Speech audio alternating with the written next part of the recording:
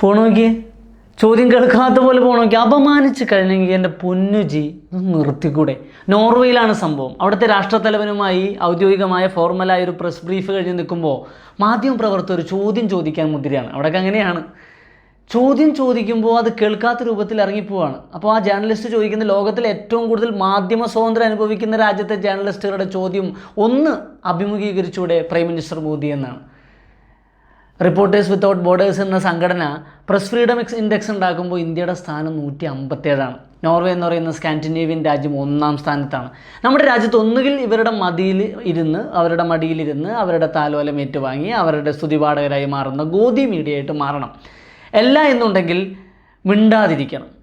മാധ്യമ സ്വാതന്ത്ര്യം ഉയർത്തി കാണിക്കുകയോ ആദർശം മുന്നിൽ വെക്കുകയോ എത്തിക്സ് വെച്ചിട്ട് സംസാരിക്കുകയോ എഴുതുകയോ ചിന്തിക്കുകയോ ഒക്കെ ചെയ്താൽ ഓഫീസിലേക്ക് റെയ്ഡ് വരും, ഇടി വരും, NIA വരും, ഇല്ലാത്ത കേസുകളാവും, അടച്ചുപൂട്ടേണ്ടി വരും, പിന്നെ പലതരം കള്ളക്കേസുകളുണ്ടാവും. ഇതാണ് നമ്മുടെ രാജ്യത്ത് നടന്നുകൊണ്ടിരിക്കുന്നത്. ഒടുവിലിപ്പോൾ 2014 നരേന്ദ്രമോദി അധികാരത്തിൽ വരുമ്പോൾ 132-ാം സ്ഥാനത്തായിരുന്നു ഈ പട്ടികയിൽ. നമ്മുടെ സ്ഥാനം ഇപ്പോൾ 157 നേപ്പാളിനും ബംഗ്ലാദേശിനും ശ്രീലങ്കയ്ക്കും ഇതിന് പാകിസ്ഥാൻ വരെ പിന്നിലാണെന്ന് പറയുമ്പോൾ എന്തുമാത്രം നാണക്കേടാണെന്ന് ആലോചിച്ച് നോക്കി. ലോകത്തിലെ ഏറ്റവും വലിയ ജനാധിപത്യ രാജ്യമാണ്, ജനാധിപത്യത്തിൻ്റെ മാതാവാണ് ഇന്ത്യ എന്ന് ലോകവേദികളിൽ പോയി പ്രസംഗിച്ചതുകൊണ്ടായില്ല.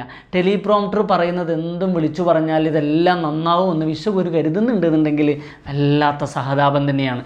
നമ്മുടെ നാട്ടിലോ നാണക്കേട് ഉണ്ടാക്കുന്നു, അത് കൂടാണ്ട് വിദേശത്ത് പോയിട്ട് കൂടി ഇങ്ങനെ നാണക്കേട് ഉണ്ടാക്കരുത് ബഹുമാനപ്പെട്ട വിശ്വഗുരു എന്നാണ് പറയാനുള്ളത്.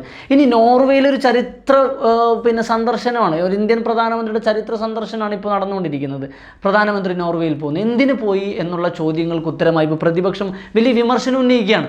ഈ വർഷം ഫെബ്രുവരിയിൽ അവിടുത്തെ നാഷണൽ പെൻഷൻ ഫണ്ടിൽ നിന്ന്, അതായത് നോർവേയുടെ പെൻഷൻ ഫണ്ടിൽ നിന്ന് അദാനിയുടെ ഒരു കമ്പനിയെ ബ്ലാക്ക് ലിസ്റ്റ് ചെയ്തിരുന്നു. അപ്പോൾ ഒക്കെ ചങ്ങാതിയെ സംരക്ഷിക്കുന്നതിന് വേണ്ടിയിട്ടാണ് പ്രധാനമന്ത്രി വിദേശയാത്രകളും മറ്റു ചെലവുകളൊക്കെ ചുരുക്കണമെന്ന് പറഞ്ഞിരിക്കുമ്പോൾ കൂടി പോകുന്നത് എന്ന് പറയുമ്പോൾ ഒന്ന് ആലോചിച്ച് നോക്കിയേ, എങ്ങനെയാണ് കാര്യങ്ങൾ, എങ്ങോട്ടാണ് കാര്യങ്ങളെന്ന്.